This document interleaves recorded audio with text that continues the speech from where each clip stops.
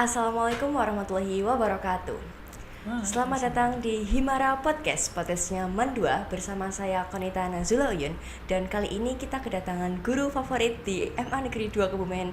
Beliau Ibu Haja Sari Saraswati SPD. Bagaimana kabarnya Ibu? Alhamdulillah baik Mbak. Bagaimana Mbak? Alhamdulillah baik. Ya.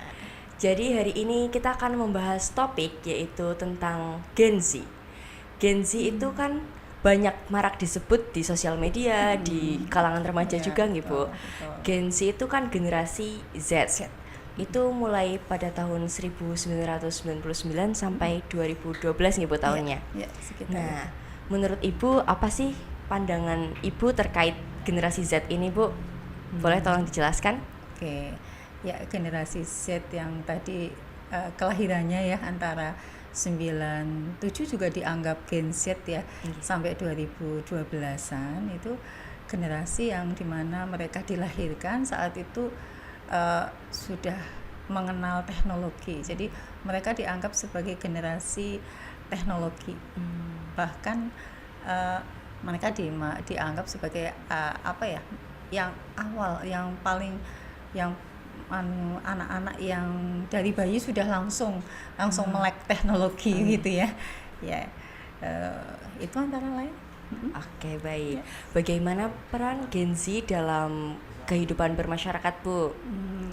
Ya, karena mereka itu melek teknologi, terus mereka juga sangat familiar ya dengan yang namanya teknologi, sehingga mereka itu sangat inovatif anaknya. Peran mereka itu sangat besar ya terhadap masyarakat untuk zaman sekarang, sangat berperan sangat besar sekali manfaatnya. Mereka itu inovatif, kreatif, lalu mereka itu juga terbuka. Bahkan mereka cenderung untuk lebih berani daripada gen yang sebelum-sebelumnya ya. Walaupun pasti ada kelemahan pasti ya, tapi saya melihat kelebihannya itu banyak sekali dari Gen Z. Terbuka, spontan, inovatif. Lalu mereka juga sangat kritis ya. Dalam hal ini mereka lebih cenderung untuk menyukai hal-hal yang tidak ada hierarki lah, tidak ada perbedaan. Semua orang harus dianggap sama, transparansi itu juga harus. Mereka sangat kritis terhadap hal-hal yang semacam itu. Selain berkontribusi dalam kehidupan masyarakat, tentunya Gen Z juga berkontribusi pada era digital sekarang ya Bu. Iya, betul. Pada sosial media Iya, itu sangat berkontribusi dan memiliki peran penting ya Bu tentunya. Iya, Itu betul. bagaimana peran Gen Z dalam bermedia sosial Ibu? Iya, karena mereka hidupnya sepertinya tidak bisa lepas ya. Iya, Mbak Konita juga ya Gen Z, merasakan semacam itu ya. Mereka tidak bisa lepas dari dunia digital dan mereka juga canggih di dalam menggunakannya. Mereka bahkan ada yang merasa agak terganggu jika manakala seperti di sini ya, di madrasah kita kan ada asrama, ada pondok di mana tidak boleh pada saat-saat tertentu menggunakan teknologi atau terutama HP. Itu sangat mengganggu kenyamanan buat mereka, karena itulah hidup mereka memang lebih banyak menggunakan teknologi ya. Jadi akhirnya ya anak-anak di Gen Z itu nanti kelebihannya itu itu mereka akan sangat inovatif ya.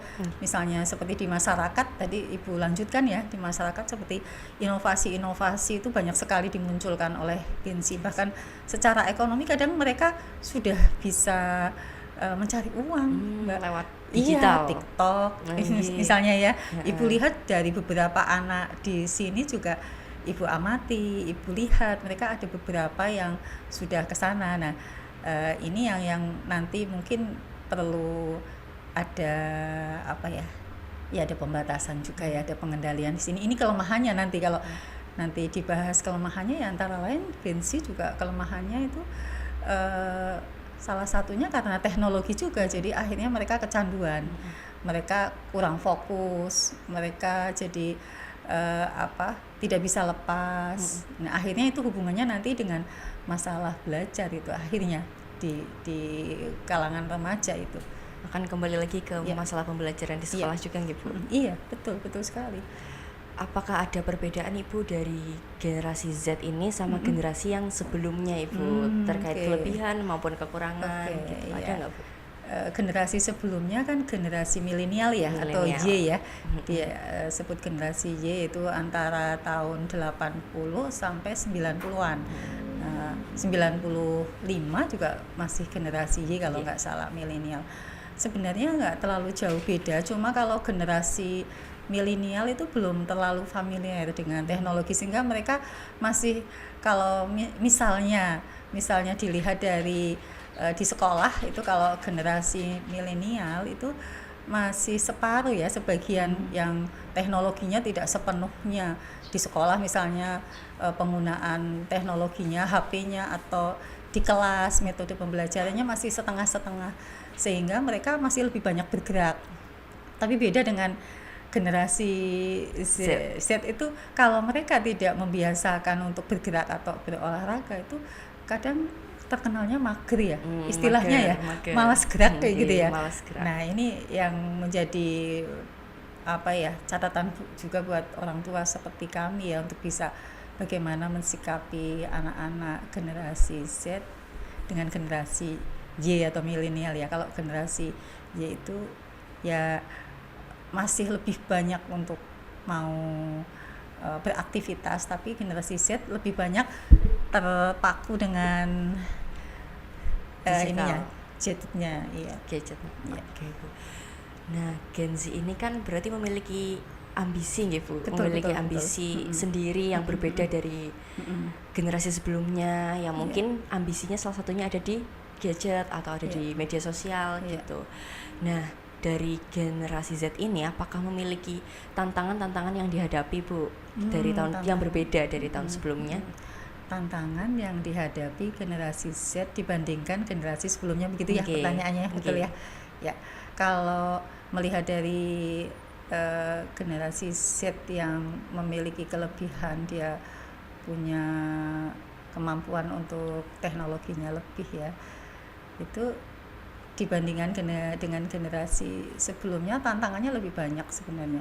Tantangan generasi Z itu lebih banyak, walaupun kelebihan mereka juga sebenarnya lebih banyak, lebih luas juga nih, lebih luas ya. Nah, ini kalau melihat tantangannya ya, misalnya seperti manajemen waktu, itu tantangannya, untuk karena mereka terpaku dengan banyaknya aktivitas untuk menekuni teknologi gitu ya, sehingga kadang-kadang membagi waktu untuk hal yang lain. Lalu biasanya juga stres mudah stres kalau Gen Z itu ya.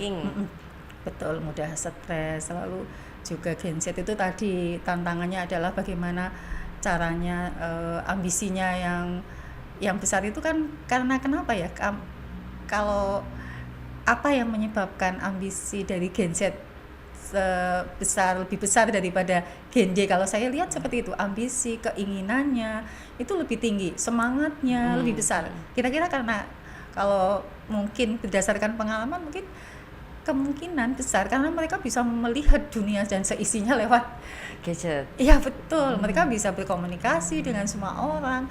Mereka bisa melihat medsos, di mana di dalam medsos itu menantang ya, sehingga membuat mereka tertantang. Misalnya seperti melihat berbagai macam, dan yang ditontonkan di medsos, seperti kalau ibu lihat ya, ibu kadang-kadang lihat IG kayak gitu ya, punya anak-anak itu IG-nya. Di sana kan ditontonkan, di dunia medsos itu mesti tampilan yang bagus-bagus, begitu di latar belakang, di belakang layar ya ternyata yang aslinya kayak gitu ya. Itu sering kan ya Mbak. Nah, itu artinya memang Gen Z itu tantangannya di situ. Jadi mereka itu bagaimana bisa membedakan antara dunia nyata dengan dunia maya. Ini juga menyebabkan gampang stresnya itu. Sehingga kalau dari segi agama sih, kalau ibu melihatnya dari segi agama ya, tantangan untuk Gen Z itu cara menanggulanginya dengan agama. Kita harus bisa, tujuan hidup kita sebenarnya apa, itu yang utama. Yang utama adalah tujuan hidup kita kan dunia, tapi menuju ke akhirat. Jadi dunianya itu proses, bukan tujuannya. Misalnya sukses itu bukan tujuan akhir, gagal itu bukan tujuan akhir, sehingga kita tidak selalu menganggap bahwa itu sebagai hal yang sangat menjadi momok misalnya kita gagal, tapi itu hanya proses yang harus kita jalani.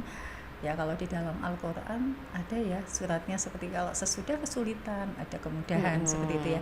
Itu bisa menjadi patokan bahwa kita tidak terlalu terpaku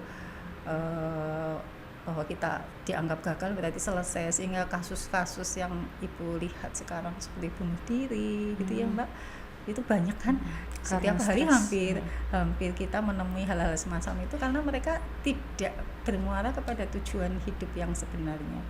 Itu apa tujuan hidupnya sebenarnya kan dunia itu jembatan saja untuk menuju ke sana, sehingga apa yang menjadi ambisi kita itu tetap tujuan akhirnya adalah bekal untuk nanti.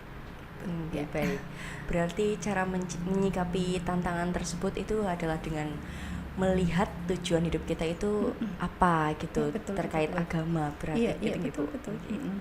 Nah sebagai guru nih di MA Negeri 2 Kebumen gitu, bagaimana cara ibu menciptakan lingkungan belajar yang efektif dan minim tekanan? Kan Gen Z sedikit-sedikit menekan gitu Bu. Itu bagaimana cara kita meminimalisir tekanan itu dalam pembelajaran gitu Bu?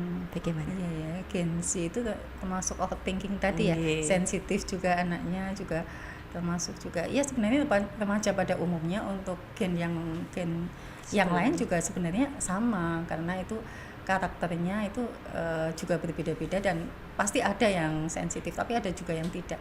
Nah untuk tadi pembelajaran ya, dalam menciptakan lingkungan gitu ya maksudnya, lingkungan pembelajaran yang seperti apa yang bisa menekan lah, paling tidak membuat mereka nyaman kan, seperti itu ya, membuat mereka nyaman. Yang pertama itu pasti pakai teknologi dulu itu, iya nggak? Iya, karena mereka itu juga lebih asik ya, lebih senang pakai teknologi, dan itu menjadi seperti sudah menjadi sahabat dekat mereka ya. Itu sehingga yang pertama pakai teknologi, sehingga kayak seperti di madrasah kita menggunakan smart TV gitu ya. Itu juga salah satunya juga dalam rangka menciptakan lingkungan belajar yang yang nyaman untuk anak-anak Gen Z gitu ya. Lalu yang berikutnya adalah metodenya. Mungkin metodenya dari Bapak Ibu guru juga harus yang kreatif karena anak-anak kita lebih kreatif daripada gurunya ya. Contohnya kalau mereka diberi tugas juga kadang-kadang ibu juga kaget ya, anak-anak kalau misalnya ada pagelaran atau ada apa di sini ya, itu ibu lihat Masya Allah anak-anak mandua itu kreatif karena memang mereka luas untuk belajarnya, nggak cukup hanya lewat Bapak Ibu guru, tapi mereka juga bisa belajar sendiri. Ibaratnya kalau ibaratnya mereka misalnya tidak ada pelajaran yang ada di sekolah, misalnya tidak ada bahasa Jerman sekalipun, kalau mereka itu memang kepingin, mereka bisa begitu kan, ibaratnya seperti itu. Jadi itu kita harus menyesuaikan, Bapak Ibu guru harus menyesuaikan. Lalu yang berikutnya, karena mereka rentan terhadap stres itu, jadi pendekatannya personal itu memang diutamakan untuk anak-anak Gen Z. Jadi mereka sangat peka, sehingga mereka lebih suka kalau misalnya kita menghadapinya secara person. Misalnya jangan nyindir di kelas gitu ya. Ya kalau misalnya mereka melakukan sesuatu yang mungkin itu menurut mereka itu itu sebenarnya biasa, tapi menurut Bapak Ibu guru yang gennya itu berbeda, mungkin generasinya kan kayak ibu kan X ya, itu mungkin berbeda jauh gitu ya jaraknya, itu mengganggu. Nah diutarakan di depan kelas itu sangat tidak disukai oleh kalian sebagai generasi Z. Lebih baik personal sehingga mereka merasa nyaman. Lalu juga masalah Gen Z itu kan lebih suka kalau transparan ya. Mereka itu lebih suka kalau semuanya itu tidak ada perbedaan lah antara anak satu dengan yang lain. Mereka paling tidak suka, mungkin juga bukan Gen Z saja, tapi Gen Z juga ibu lihat seperti itu, tidak suka dibandingkan ya, tidak suka dibandingkan satu sama lain. Mereka sudah punya pribadi, merasa mereka punya pribadi sendiri, punya karakter sendiri, sehingga kita harus melayani sesuai karakter masing-masing. Sebenarnya di dalam kurikulum Merdeka itu juga menurut ibu juga menyesuaikan dengan Gen Z itu, dengan lingkungan yang diciptakan itu sama, antara lain itu. Berarti cara menciptakan lingkungannya dengan memfasilitasi, Betul. menggunakan metode-metode dan pendekatan gitu. Iya, betul. Berarti terus apa sih Bu yang dapat sebagai guru lakukan untuk membantu mencapai tujuan para Gen Z, untuk mencapai ekspektasi mereka yang kadang tidak sesuai dengan realita, kayak mereka tuh terlalu berekspektasi sehingga tidak melihat realitanya bagaimana gitu. Bagaimana cara sebagai guru membantu mereka untuk mencapai tujuan dan mencapai ambisi mereka, Bu? Kadang-kadang itu mereka itu kenapa mereka berambisi tapi kurang realistis ya. Mungkin tekniknya saja yang mungkin yang harus digunakannya yang lebih konkret gitu ya. Yang sebenarnya kan boleh saja, boleh bermimpi besar, tapi jangan lupa bahwa mimpi besarnya itu ada batasannya di dalam agama, seperti ada takdir ya, seperti itu ya. Ada, kita juga harus bersyukur terhadap apa yang sudah kita lakukan gitu ya. Nah, ada sih tipsnya dari Ibu untuk Gen Z itu. Kalau pakai ini Ibu beri seperti singkatan ya, SMART S M A R T H gitu ya. Smart. Iya, smart. Iya. Ya, enggak usah pakai H, smart aja, enggak usah pakai H, smart ya. Smart. Ya. Jadi S-nya itu adalah apa ya?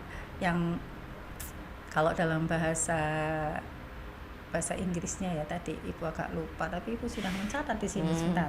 Smart. Ibu tadi mencatat sebentar. Jadi kalau E-nya itu bisa diukur ya. Kalau yang bisa diukur, misalnya contohnya dari E dulu ya. Itu bisa diukur misalnya seperti biar realistis. Misalnya saya ingin sekolah saya berhasil di MAN 2. Itu nggak bisa diukur ya. Kalau S-nya tadi Ibu ingat, spesifik. S-nya spesifik. Lebih ke terperinci. Jadi apa yang mau kita lakukan itu terperinci, jangan hanya sekedar mengatakan saya ingin berhasil gitu, tapi saya ingin nilai matematika saya gitu misalnya, atau saya ingin nilai apa gitu ya. Jadi sebutkan apa yang kita inginkan, itu akan mengurangi stres kita. Tapi kalau kita hanya globalnya, saya ingin berhasil dari MAN 2, saya ingin lulus dari MAN 2, itu kurang terperinci. Tapi yang terperinci, saya nilai matematika saya ingin bagus misalnya, nilai fisika saya ingin bagus lah. Lalu terukur yang kedua terukur yaitu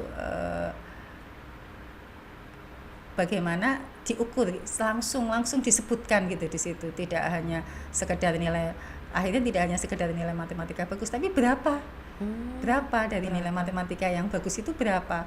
Misalnya kan seperti Ibu kan lagi ngurusi SNBP ya, lagi ngurusi seleksi masuk ini ya. Anak-anak itu memang harus punya target, maksudnya punya target berapa. Misalnya sebenarnya nilainya maksimal dia itu bisa 8, berarti kalau 7 kan belum maksimal ya. Berarti nilainya tadinya 7 bisa menjadi 8, yang tadinya 8 tuliskan saya mau 9 dan seterusnya, seperti itu. Jadi bisa terukur. Lalu relevan.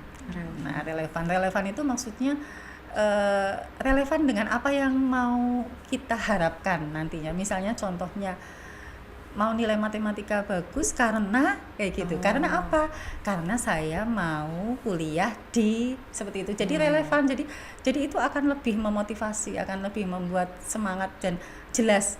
Kalau kita melakukan sesuatu jelas, itu kita akan mudah untuk mengerjakannya. Tapi kalau kita hanya saya ingin kuliah di kedokteran gitu ya misalnya, terus apa yang harus dilakukan? Nah kan harus dijabarkan. Misalnya mulai dari mau ikut jalur apa dulu, seperti itu ya. Terus nanti nilainya seperti apa. Nah itu relevan. Jadi kalau misalnya matematikanya mau naik, berarti karena saya mau masuk teknik misalnya, sehingga matematika saya harus bagus gitu ya. Jadi relevan dengan apa yang diinginkan. Tidak sekedar bahwa saya ingin matematika bagus titik gitu, tidak. Tapi saya ingin matematika saya bagus, nilainya naik dari sekian ke sekian karena saya ingin begitu, karena saya ingin kuliah di itu akan lebih jelas lagi, sehingga menimbulkan otak kita kan sangat pintar ya, begitu kita mengatakan sesuatu itu otak kita akan mengikuti apa yang kita katakan. Lalu yang terakhir itu pakai time ya, pakai time waktu, berapa lama kita mau mengusahakan untuk nilai itu bagus dan kita bisa mendapatkan apa yang kita inginkan, misalnya 3 bulan, 4 bulan, 6 bulan, semester ini misalnya, semacam itu ya. Itu antara lain tipsnya dari Ibu agar realistik, dan ditambah lagi dengan agama jelas itu, kita harus qanaah itu bisa menerima apa yang menjadi apa yang diberikan Allah kepada kita, termasuk modal kita. Misalnya kita cukup mampu nggak untuk masuk ke sana, sehingga itu bisa realistis ya, tidak hanya sekedar mimpi besar tapi juga bisa mengukur kemampuan kita, sehingga nggak mudah stres. Baik. Oke. Tadi disebutkan di tips and triknya itu salah satu ada manajemen waktu. Oke. Nah, bagaimana cara Ibu sebagai seorang guru memberikan pemahaman, memberikan pemikiran kepada para siswa agar mereka bisa menerapkan manajemen waktu dengan baik? Apakah ada tipsnya juga, Bu? Manajemen waktu ya, ini pertanyaannya susah ya. Kalau anak-anak manajemen waktu itu jadi membuat semacam jadwal harian sebenarnya itu, tapi kadang-kadang ini teoritis banget ya menurut mereka ya, ngapain membuat jadwal harian kayak gitu ya. Tapi bisa pakai teknologi sebenarnya, kita kan bisa sebenarnya menggunakan teknologi untuk membuat jadwal harian, lalu membuat skala prioritas. Membuat skala prioritas itu penting. Misalnya contohnya ya, ini ada sesuatu yang mendesak dan penting, berarti itu prioritas pertama tuh harus segera dikerjakan. Apa kira-kira kalau itu mendesak dan penting, kalau di dalam pembelajaran di sekolah kira-kira apa? Mendesak dan penting dan harus segera ulangan besok pagi gitu ya. Ulangan besok pagi berarti itu mendesak dan penting, berarti itu manajemen waktunya, berarti itu yang harus segera dikerjakan ya. Itu dikerjakan, yang lain singkirkan. Lalu yang berikutnya mendesak tapi tidak penting. Ada nggak yang mendesak tapi tidak penting? Mendesak waktunya tapi tidak penting karena itu dikerjakan secara kelompok. Iya kan? Bisa kan? Ya, terus jangka waktunya juga beberapa hari, tidak besok. Kalau mendesak penting kan besok gitu. Tapi kalau mendesak tapi tidak penting, mungkin ini rutinitas yang harus dikerjakan sehari-hari seperti kegiatan OSIS. Mungkin ada hal-hal yang harus dikerjakan rutin tapi jangka waktunya tidak harus besok gitu ya. Terus ada yang tidak mendesak tapi penting, ada nggak ya? Tidak mendesak tapi penting. Mungkin ada yang tidak mendesak tapi penting, itu yang tadi mungkin tidak mendesak itu kan jangka waktunya. Jangka waktunya tidak mendesak, tapi itu penting. Penting itu berarti mungkin ada tugas-tugas dari sekolah tapi yang jangka waktunya tidak harus hari ini. Mungkin itu juga tadi juga bisa bareng dengan temennya seperti itu. Lalu yang tidak mendesak dan tidak penting lah, ini yang harus ditinggalkan. Ini yang wajib ditinggal. Misalnya apa? Tidak mendesak, tidak penting. Banyak ya, kayak refreshing misalnya Kalau misalnya itu belum tepat waktunya, ya tidak mendesak, tidak penting. Tapi sebenarnya itu kepingin gitu ya. Tapi itu tidak mendesak, tidak penting. Berarti ya tidak masuk skala jangan dulu. Iya, seperti itu. Lalu juga yang penting sekali juga harus ini Mbak, punya, kalau ada tekniknya sebenarnya seperti ini. Misalnya 25 menit kita fokus, lalu 5 menit kita istirahat. Jadi kita 25 menit atau 1 jam fokus, terus nanti setengah jam istirahat juga bisa, tergantung dari kebutuhan kita. Itu kalau tidak salah di teknik itu ada namanya itu. Jadi berapa menit kita fokus belajar, berapa menit kita berhenti untuk istirahat. Setiap kali selalu seperti itu. Jadi lalu juga HP ya, kalau kita memang sedang melakukan sesuatu yang mendesak atau penting, notifikasinya matikan dulu. Atau kita memang jangan pegang HP dulu, seperti itu. Paling selesaikan dulu tugasnya, nanti kita beri reward untuk diri kita sendiri. Setelah kita selesai, kita boleh pegang HP lagi, juga bisa seperti itu sih. Oke. Jadi itu tips-tips yang bisa kita lakukan ya Bu, untuk bagaimana bisa manajemen waktu. Nah, Gen Z ini kan sangat berpengaruh kepada masa depan nanti. Oke, betul. Apakah Ibu memiliki pesan untuk para Gen Z di masa depan Bu nanti? Untuk pesannya ya untuk Gen Z masa depan, Gen Z itu kan sangat dibutuhkan untuk masa depan. Satu, mereka harus memperkokoh iman ya. Yang pertama itu pesannya saya, memperkokoh iman itu paling utama, karena sangat banyaknya fitnah ya, sangat banyaknya gangguan, godaan di zaman seperti sekarang ini, karena kita bisa melihat semuanya bebas gitu ya, sehingga yang pertama utama itu adalah memperkokoh iman kita. Lalu yang kedua, pesan Ibu adalah sebisa mungkin mereka itu nantinya bisa, karena melek teknologi dan ini dari madrasah juga ya, jadi pesan Ibu mereka bisa berdakwah lewat medsos. Jadi medsos itu gunakan juga untuk berdakwah, walaupun mungkin masih yang ringan-ringan, sampai nanti akhirnya bisa berdakwah betul-betul dalam kehidupan sehari-hari. Walaupun mereka misalnya menjadi dokter sekalipun, kalian misalnya menjadi pengusaha atau apa itu, tapi tetap dalam medsosnya itu ada untuk berdakwah. Itu kalau bisa seperti itu. Lalu juga jangan lupa pesan Ibu juga selalu bersyukur ya, karena itu akan mengurangi rasa stres kita.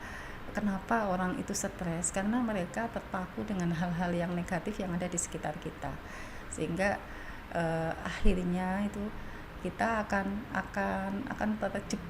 terjebak di dalam pikiran yang kayaknya aku yang paling ini seperti itu. Akhirnya ya itu, mereka lebih mudah untuk stres dan seterusnya. Sehingga yang pertama adalah mereka harus bisa membedakan antara, maksudnya tidak terlalu penuh ke duniawi saja, tapi mereka harus bisa seimbang antara duniawi dengan akhirat, sehingga tadi kembali ke tujuan hidup Mbak. Kembali itu yang penting sekali, kembali ke tujuan hidup kita. Sebenarnya kan kita hanya melewati dunia untuk ke sana, sehingga tidak terlalu ngotot sekali. Akhirnya kalau ada sesuatu hal yang terjadi pada diri kita tidak terasa berat ya.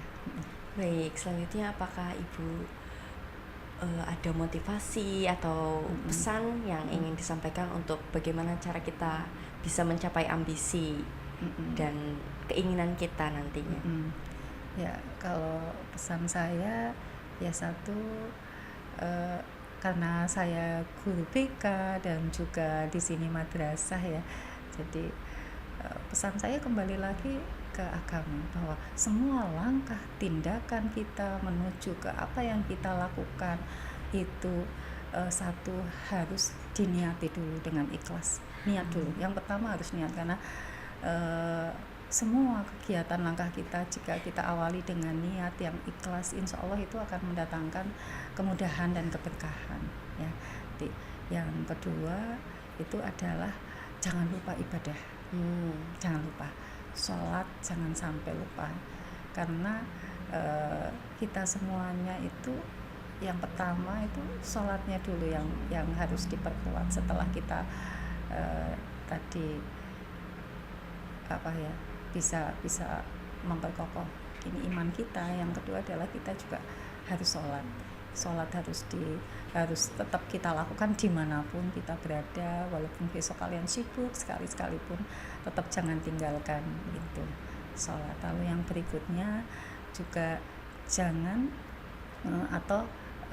bisa menyeimbangkanlah antara dunia dengan akhirat tadi. Kembali lagi, sebenarnya muatannya selalu pesan itu ke situ ya, ke agama, karena itu satu-satunya yang bisa membuat kita kuat, membuat kita bisa nantinya bisa tenang ya.